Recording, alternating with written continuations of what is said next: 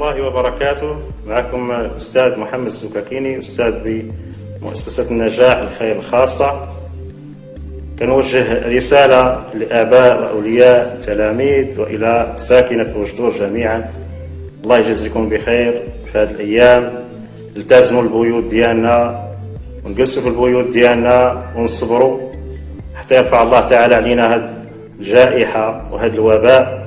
فبالصبر ديالنا والمكوث ديالنا في البيت وبالاحتساب ديالنا لهذا الأمر الله سبحانه وتعالى وبالثبات ديالنا غنجنبوا إن شاء الله تعالى هذه المدينة المباركة، نجنبوا هذا الوباء وغادي نجنبوا إن شاء الله تعالى البلاد كاملة هذا الوباء بإذن الله سبحانه وتعالى.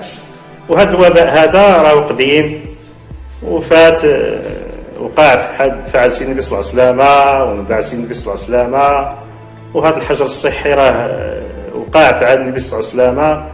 فهناك أحاديث في هذا الباب أذكركم بها إن شاء الله تعالى.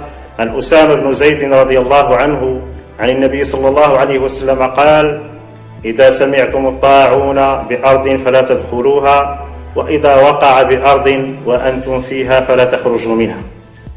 وفي حديث آخر يا سيدنا النبي صلى الله عليه وسلم كيقول فيه: ليس من أحد يقع الطاعون فيمكث في بلده صابرا محتسبا يعلم أنه لا يصيبه إلا ما كتب الله له إلا كان له مثل أجر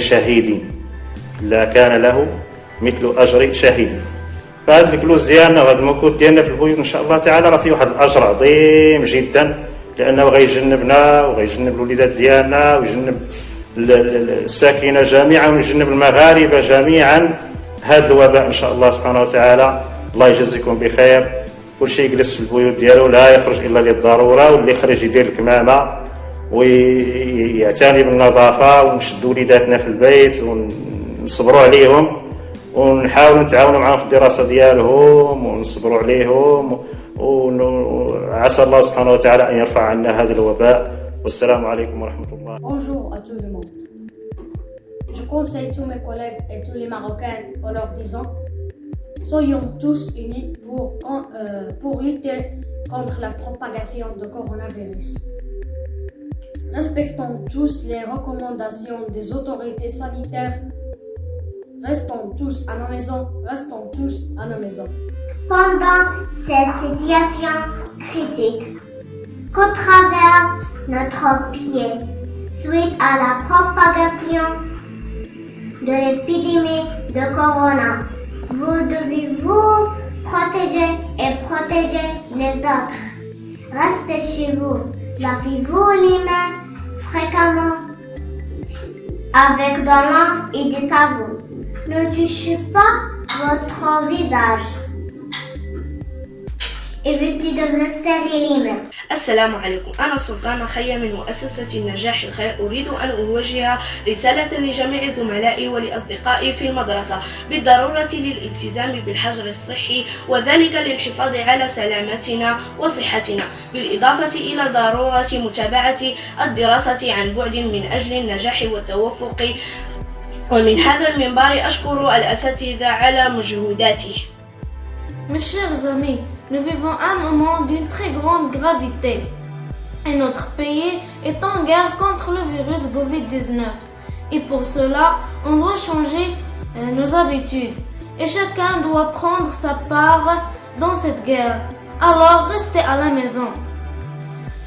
Vous devez rester joignable par téléphone les heures normales de classe parce que nous ne sommes pas en vacances. Et pour nos parents, je vous en prie, restez chez vous. Sauf si vous devez aller au travail, chez le médecin, à la pharmacie ou bien au souk. أنا يا عبد الله كماش نقرأ فقرات النجاح. نتكلم لكم على حجر صحي. وقعدوا في دياركم ياك. وأنا يا عبد الله كماش ياك نتكلم لكم عن خيمتي إلى عن داركم، وسكنوا في دياركم وقعدوا ولا تحركوا وخلوا يدكم بالصابون ولا تسلموا على حد وقعدوا حالا. Bonjour, moi Yahya, je poursuis mes études à l'école Najah à Boujdour, niveau 5e année primaire. Comme tous les Marocains, je reste toujours à la maison pendant cette période de confinement pour éviter les risques de contamination au Covid-19. Je tiens à dire à tous les enfants que nous ne sommes pas en vacances.